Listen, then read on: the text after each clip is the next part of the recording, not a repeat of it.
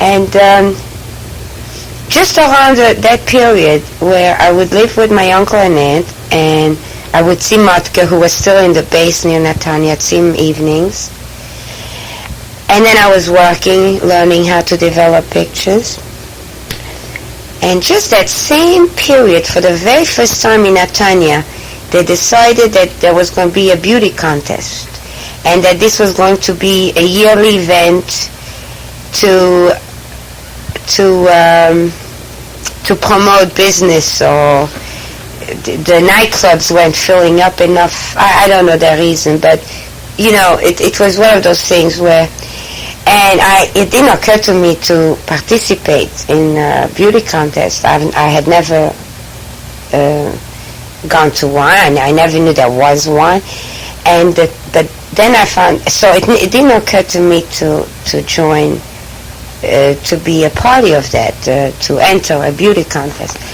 But then I found out that there was the first 3 prizes, there was money involved in it. Not too much. Israel never gave away too much when it came to money. But first prize was going to get 200 lira, which really isn't so bad in Israeli money. Second prize was going to get 100 lira, and third prize was going to get 50 lira. As soon as I saw these numbers, I saw the advertisement of it. That really was very exciting. That's when it occurred to me that maybe I should take a gamble. What if I got to lose? All I had to do was to borrow from someone my size a nice bathing suit, and to borrow an evening gown, because I had read all the instructions on it. You had to provide your own clothing, your own shoes, your own dress, your own everything. So I mentioned to my boss where I was working, and also we had to enter a picture of ourselves, just the head, but a close-up. So I remember asking my boss if he could take a picture of me, just the head, that I was interested in entering the beauty contest. So he agreed, and he took a picture, and I mailed it, and 3 days later, I was accepted. I was one of 72 young women who entered the beauty contest. And things were happening very fast.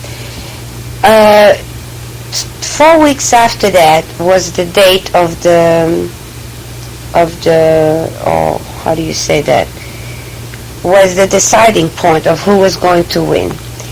Now, it's not like in this country where, with Atlantic Beach, Miss Universe or Miss USA, I don't remember which, where it's days you spend together and all that. It was nothing like that. It was done on a very primitive level. The morning, we were going to parade in front of some judges at a club. It was actually a nightclub, and it was near the beach. And we were going to parade on the beach. Actually, the beach itself, the nightclub was situated higher in the park. But so anyway, we were wearing those bathing suits, and there was judges, 4 or 5 of them.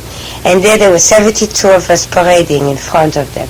We never had to open our mouth. We were never asked one question. It was 100% a beauty contest. That's what I mean. It was nothing compared to how it is here. So the 72 of us are parading with our bathing suits. Now that morning, before they saw us with our evening gowns, which I borrowed from someone, I must say this, my uncle and aunt were so rooting for me. I've said before, they were like parents. They're such wonderful people. And when they heard I entered it, my cousins too, they were so excited. My aunt borrowed a pair of shoes from someone. One of my cousins knew somebody who owned a beautiful long evening gown. Another one brought. Everybody was rooting, of course, for me. It was such a great time I had, just preparing for it. Anyway, that morning, my whole family, they were all there, and my friends, and Matka, and even Maurice B., who was, of course, still in Netanya, that Laos. We did become friends again afterwards, but I never could have any relationships with him anymore, sexual relationships. That was over with. But anyway, the point is that I had a lot of support and a lot of people rooting for me.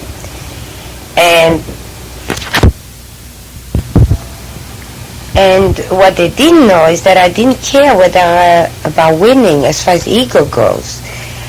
All I wanted was to win. I wanted to win first place because of the 200 lira. The money at that time, I don't ever remember ever wishing for money so badly.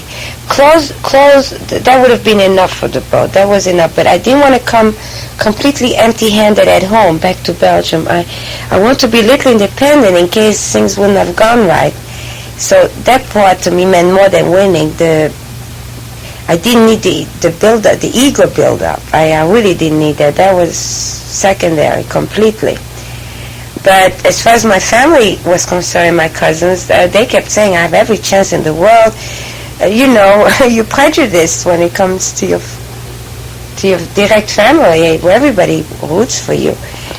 So finally the day arrives, and we're on the beach parading, and I'm looking everybody over. And in my mind, I eliminated already at least 60 of them already.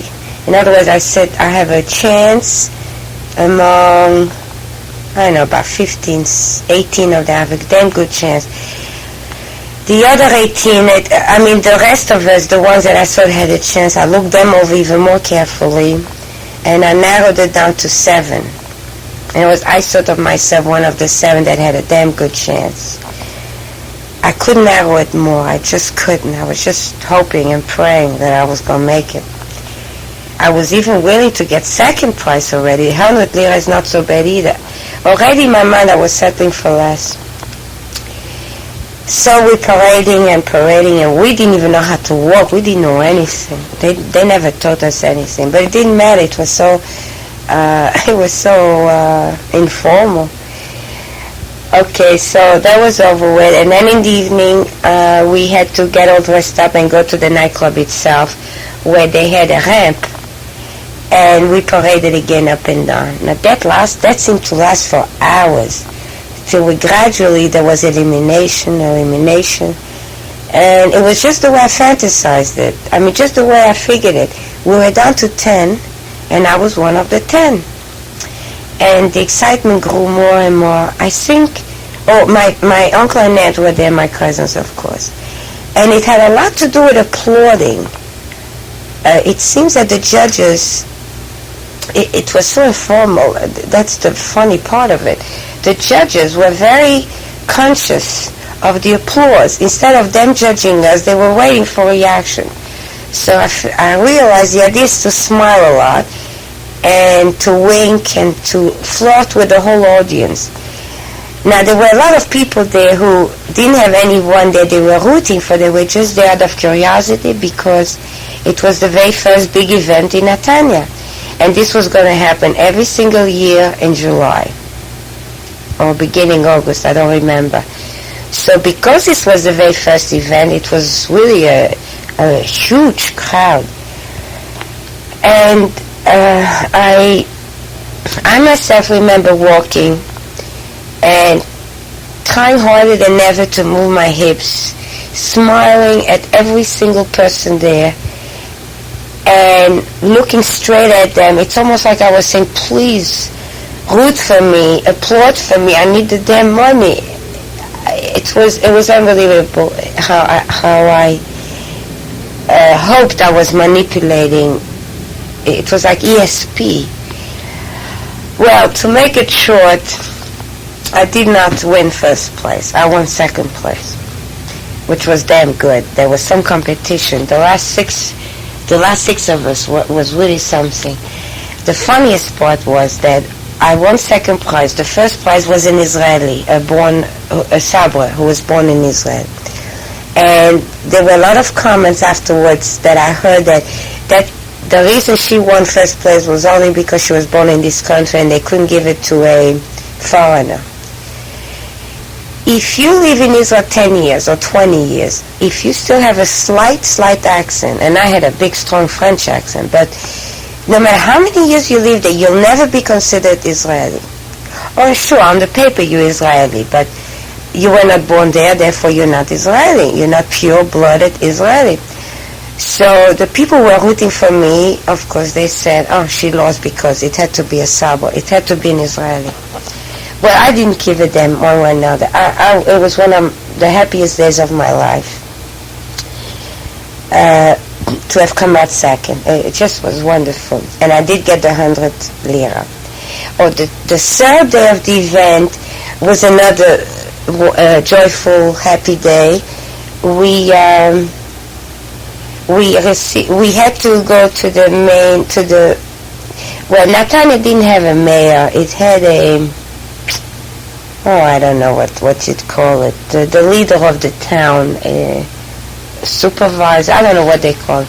And a lot of pictures were taken. The three of us, the first three prizes, a lot of pictures were taken in front of his home, and they were giving us the key to the city. But it was also amateurish. Now when I look back on it, it was so amateurish, but I had such a wonderful time. Had I won the world contest, the Miss World, second, I don't think I would have been as happy as to have won that particular prize in this small little Netanya. And the population, I mean, it was it was a beautiful town, Netanya, but so small.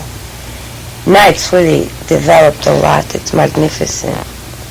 But at that time, it really wasn't the way it is today. So I got another 100. I got 100 lira for that. And then we were written up in the local papers, of course, and about 2-3 weeks after that, every day in the street I was recognized, and a lot of comments were made, and it was really a fantastic, great time I had with that whole bit.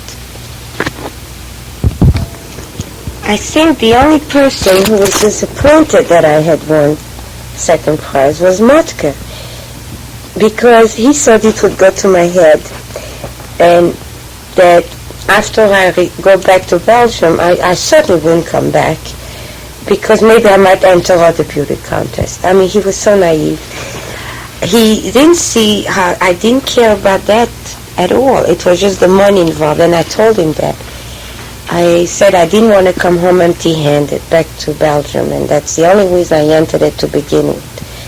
That I don't need judges to tell me whether I'm attractive or not.